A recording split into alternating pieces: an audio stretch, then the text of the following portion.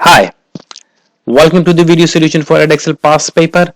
This is Edexcel IAL Physics Unit 2 New Specification June 2019. So let's start. Question number 1. Which of the following is an SI unit for electromotive force? EMF. So EMF is, as per definition, EMF is as same as the definition of the voltage. The only difference is it is the work done on the charge in the source. So EMF is basically work done per unit charge, but this work done is done in the source so that the charge can get this energy and go to the circuit. So if you see, this is the EMF, E, work done per unit charge, and the unit is joule coulomb inverse, which is also the volt. So EMF and the voltage, they have the same unit. The only difference is the concept. So option is D. Second is, a filament lamp is a source of unpolarized light. Filament lamp is a source of unpolarized light. A polarizing filter is placed between a filament lamp and an observer. The filter is rotated in plane perpendicular to the direction of travel of the light. Which of the following is observed as the filter is rotated through an angle of 90 degree? In this question, they are confusing you to give you, the situation of rotation of the filter. Remember two important things here. Number one, they are saying filament lamp is a source of unpolarized light. That means the light coming out from the filament is unpolarized. That means it is oscillating vertically, also oscillating horizontally, and some other plane. So many planes oscillations, oscillation in many planes are there, and they are using just one filter. So if the filter is rotated through 90 degree, like suppose the filter at the start filter is vertical, so it will be sending you a vertical oscillation. But if it is rotated through 90 degree, then filter becomes horizontal. Then horizontal light will be coming out. So that means no matter what angle you rotate the filter, there will be no change in the intensity of the light, because in vertical position vertical lights will be coming, in horizontal positions horizontal light will be coming out from the filter. So there will be no change in the intensity of the light. Yes, there is a change of intensity in the light in these types of question if you use two filters and one kept same and the other is rotated through 90 degree, then the intensity changes from maximum to 0 or 0 to maximum, depends on the situation. So for question number 1, option is D. For question number 2, option is C.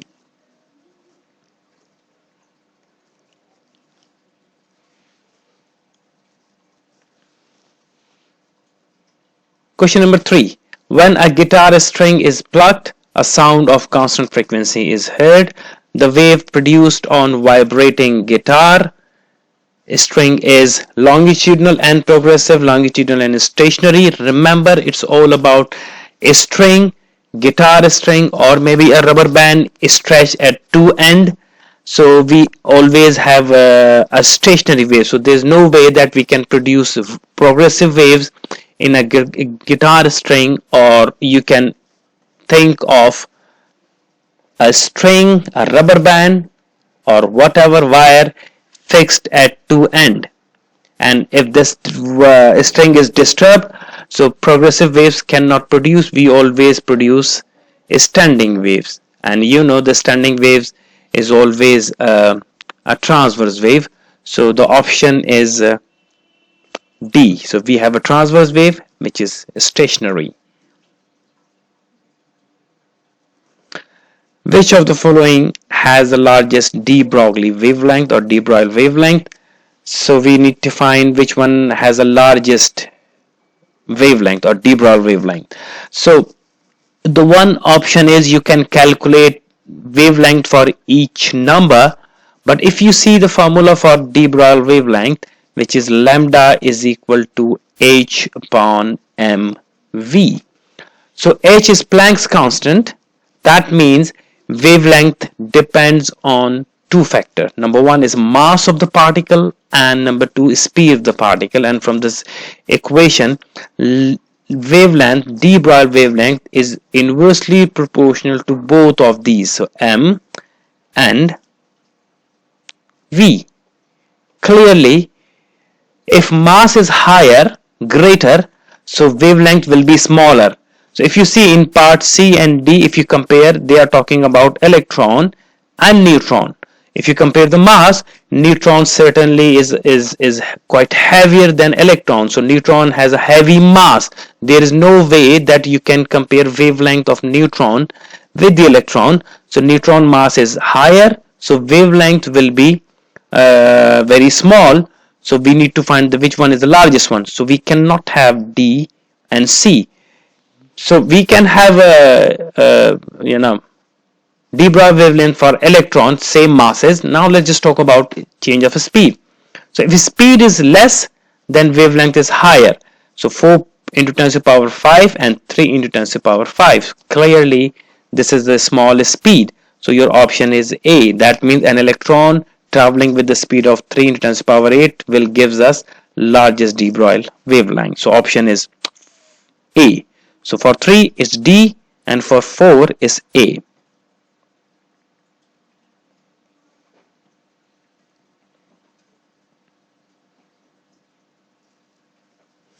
Question number 5.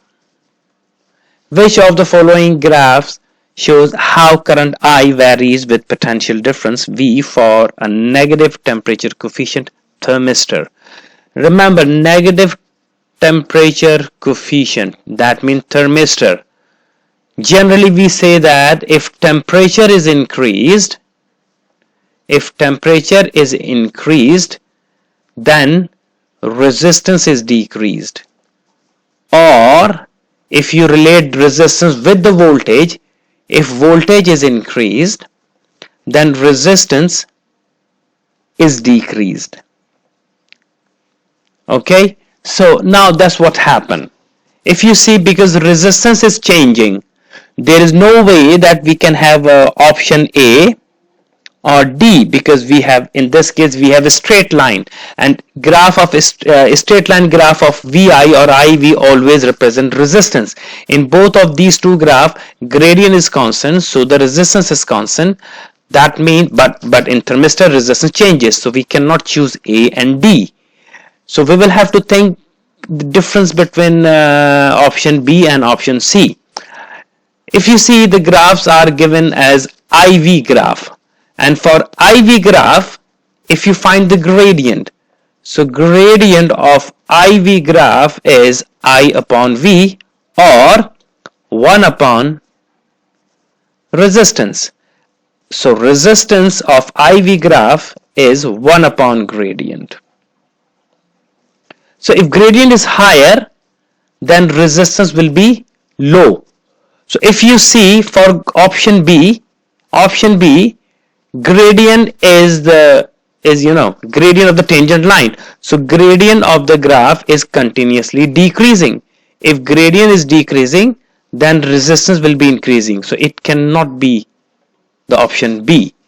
For C, IV graph, if you see continuously at every point, gradient is increasing. If gradient is increasing, so resistance must be decreasing. So for question number 5, your option must be C.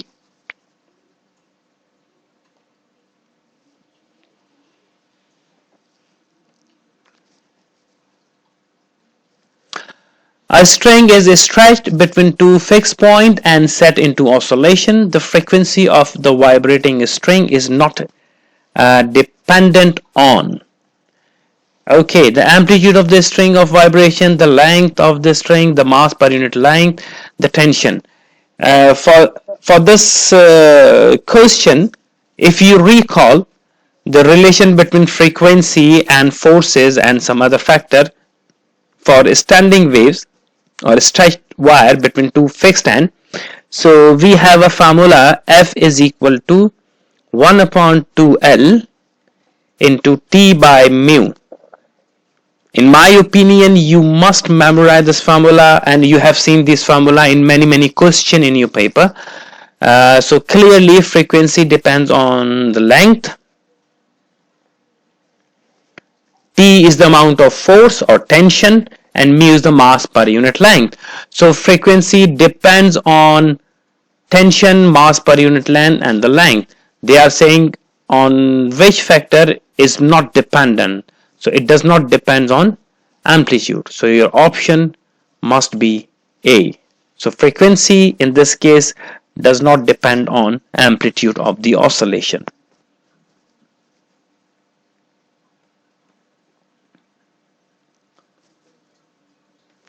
Question number 7. An ultrasound transducer is placed on the surface of a solid object as shown. This is object's transducer 10 centimeter wide. A pulse of ultrasound is transmitted into the object. The pulse is received at the transducer 50 microsecond. Okay, after it is emitted, so this is time. Which of the following can be used to calculate speed of the sound in this object? So this is all about pulse and echo, and if you need to find speed of the wave in pulse and echo, so remember general formula for speed for sound is V is equal to S upon T. But for pulse and echo, remember don't forget to double the distance, because S is the distance in going and then echo coming back, so total distance will be 2S. And that's the most common mistakes students generally do. They forget they generally forget to write 2. So you must write V is equal to 2S upon T. So if you need to find the velocity and you put the number, so 10 centimeter, and of course we need to find the distance in meter. So 2S, S is the distance in meter, 10 divided by 100, so 2 times of 0.1 divided by T. T is the time, 50 microsecond. Micro mean 10 to the power minus 6. So see which one matches. Okay, so 2 is no, okay, this is 25. Yeah, this is the option B. B is the option. And why is that? If you simplify this, so 2 ones are 2 and 2 25s. So V is equal to 0.1 divided by 25 into 10 to the power minus 6. That's how you can figure out the velocity. Option is B.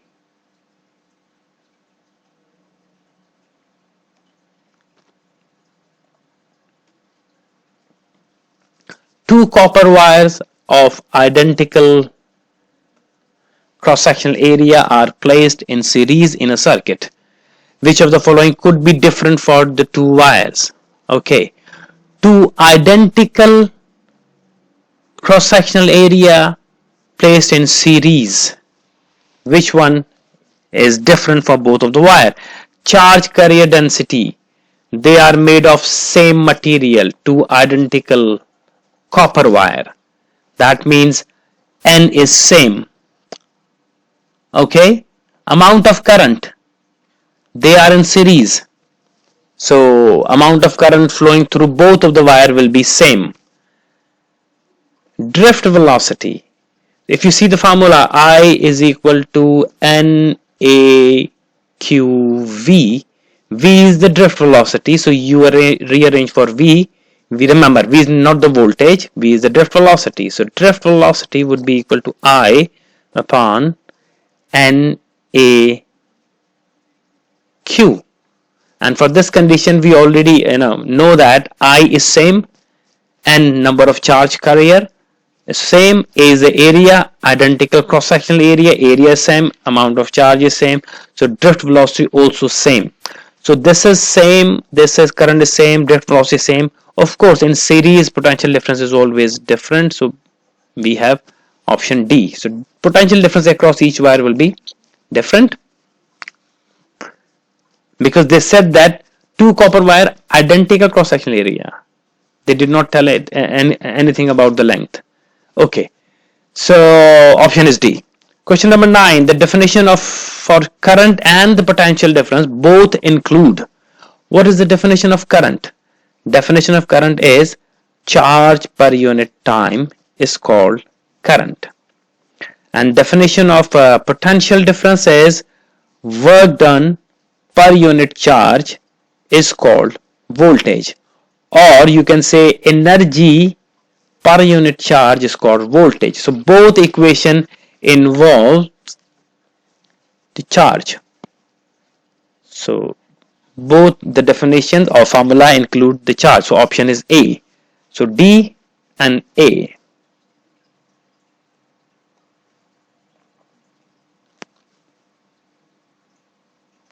Question number 10.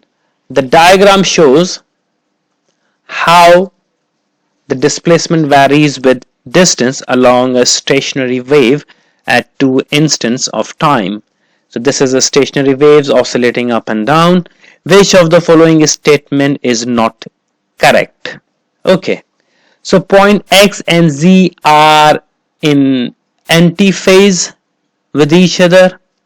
So X is on the left loop and Z is on the right loop. X will be, going down, Z will be going up. Indeed, they are in antiphase. So this statement is correct. Point Y and Z have the same amplitude. So A will be oscillating with this amplitude. Y will be oscillating. Clearly, they have different amplitude. So this is wrong statement. So our option should be B. But let's see the other point. C. Point Y and Z have the same frequency of vibration. Indeed, they have the same frequency. Otherwise, we cannot form the standing waves. So they are oscillating with the same frequency. That's why we have this pattern. So they have the same frequency. So this is correct. Point Z is an antinode. Indeed, point Z is at antinode. So A, C and D are correct. Only incorrect option is B.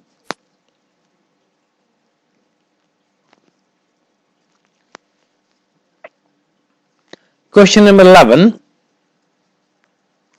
A student carried out an experiment to determine the resistivity of a metal in the form of a wire. She made the following measurements. So length is 0.2 meter. Resistance of the wire is 50 milliohm. Okay, because remember, this is not meter ohm. Okay, because this is resistance. So resistance is 50 milliohm. Diameter of the wire is 0.36 millimeter.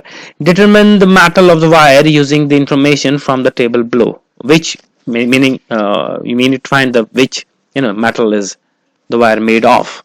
So the idea is, from this information we need to find the resistivity rho, and then we compare the resistivity from the table, and then we can we can find which type of metal that the student is using. So formula for resistivity rho is R A by L.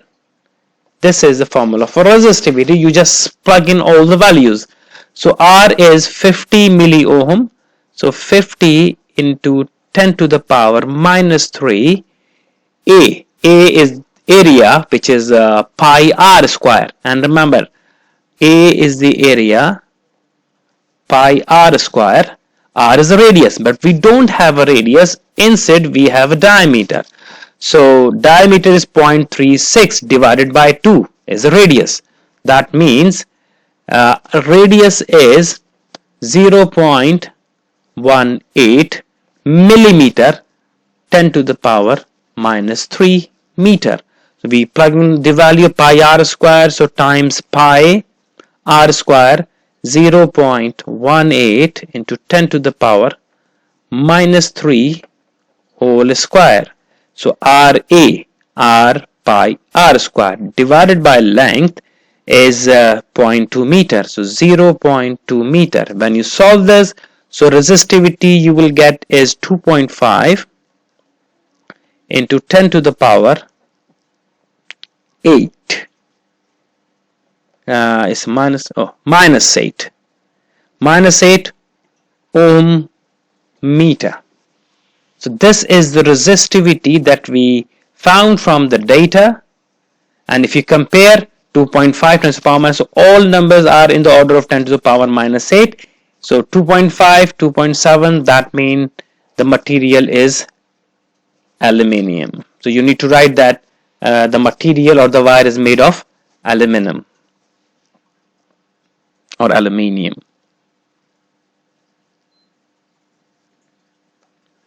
Question number 12. The equation I is equal to nqva can be used to establish the drift velocity v of electrons in a copper wire. State what is meant by drift velocity.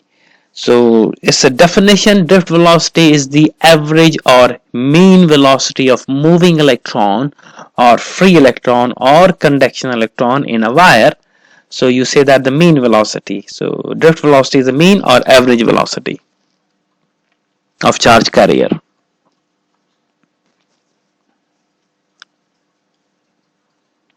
Part B. A copper wire has a cross-sectional area of 2.64 10 to the power minus 7 meter square and carries a current of 1.31 ampere. Calculate the drift velocity of electrons in this copper wire. N is equal to 8.49 10 to the power 28 per meter cube. A straightforward question. You are given area, you are given current, this is value of N, and you have formula here in this question. So you need to find drift velocity, and V is equal to I over N Q A. You just plug in all the value. I is amount of current, which is 1.31, and upon N. N is your charge density, which is 8.49 10 to the power 28, and Q is the amount of charge, and it's all about electron. So this is the charge density, and if you multiply with the charge of electron, Q is the charge of electron in this practical example. So it is 1.6 10 to the power minus 19 coulomb multiplied by area, and the area of cross section is 2.64. So 2.64 10 to the power minus 7 whole thing divided. So V you will find 3.65 10 to the power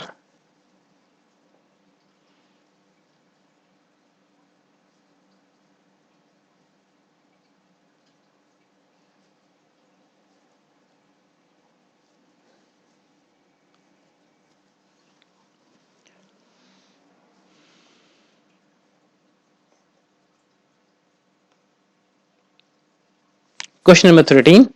The orbits of planets around the sun are elliptical. The intensity of radiation received at the top of the Earth's atmosphere is monitored during one orbit of the Earth around the sun. The following data is recorded. Maximum intensity of radiation is 1.41 kilowatt per meter square, and minimum intensity is 1.32 10 to the power kilowatt per meter square. Calculate the minimum distance between the Earth and the Sun. The power of the Sun is 3.83 times the power 26 watt. Okay, if you see, this is all about emission radiation or radiating power.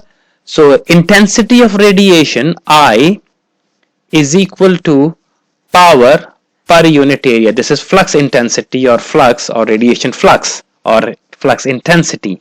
I is equal to power divided by area. So the question is saying that during one orbit, because orbit is elliptical means you can think that this is a kind of this shape, something like this, and the earth, yeah, this is the sun, and earth is orbiting like this. So when earth is there far from the sun, so clearly this earth will be receiving less power or less radiation. So this is the situation when earth is far from the sun, and when the earth comes in one cycle here, it is closer, then it will receive maximum intensity. It's just a general idea. So that's how you see this is the maximum radiation, and you need to find the minimum distance. You need to find the distance at that moment, and it's all about, you can think that the radiation emitting from the sun is emitting in the form of the sphere, something like this. This is the earth, and this is receiving radiation, something like this. So if you able to find that radius, and this radius will be the distance, and this is not the circle, if you can visualize, this should be in the form of a sphere. So the idea is we are going to find first the area for that intensity. So formula for flux intensity or radiation intensity, I is equal to power per unit area, and area is equal to power upon intensity. And if you do that, then power is 3.83 into 10 to the power 26 divided by I. I is the intensity, but we are given two intensities, maximum and minimum, and we need to find the minimum distance. That means maximum intensity. So we are going to use 1.41.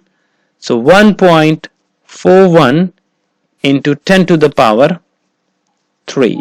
It is close. So 3. So when you solve this, so area is 2.7 into 10 to the power 23 meter square. This is the area, in fact, this is the area of the sphere around the earth, imaginary sphere around the earth. And this formula will not be given, but you must know that it's all about a sphere, and this area is area of the sphere. So surface area of the sphere is, since A is equal to 4 pi r square, and this r is the radius. That's what we need to find in terms of distance here. So you can say that area 4 pi r square is equal to 2.7 10 to the power 23. And now you rearrange for r and take the square root after dividing by 4 pi. So r would be equal to 1.47 10 to the power 11 meter. That's the radius that you are going to find. That's minimum distance.